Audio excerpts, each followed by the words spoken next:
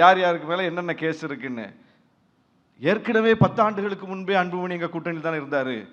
இப்போ வர்றதை எப்படி நீங்கள் மிரட்டி செஞ்சிட்டோன்னு சொல்கிறீங்க? 10 வருஷத்துக்கு முன்னாடியே இருந்தார் இல்லையா? 10 வருஷத்துக்கு முன்னாடியே இருந்தார்.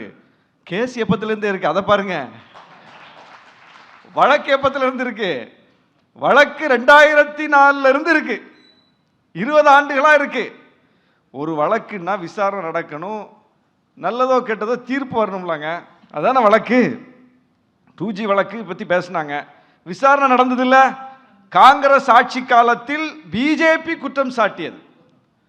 காங்கிரஸ் பிஜேபி குற்றம் சாட்டுது, அதனால நான் விசாரிக்க மாட்டேன்னு சொல்லுச்சா? விசாரித்தது.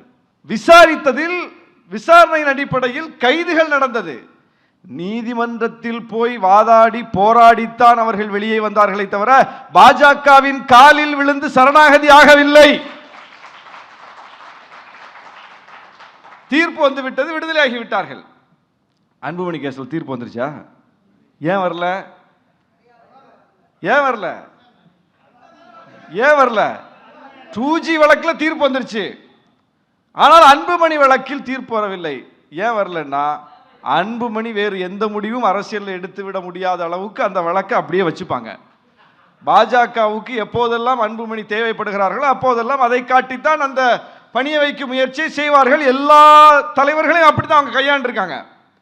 அதனால நீங்க இந்த 10 ஆண்டு காலத்தில் பாஜக எதிர்நிலைப்பாட்டை தேர்தல் அரசியலில் எப்போதாவது அவங்க எடுக்க முடியுதா? எடுக்க முடியாது.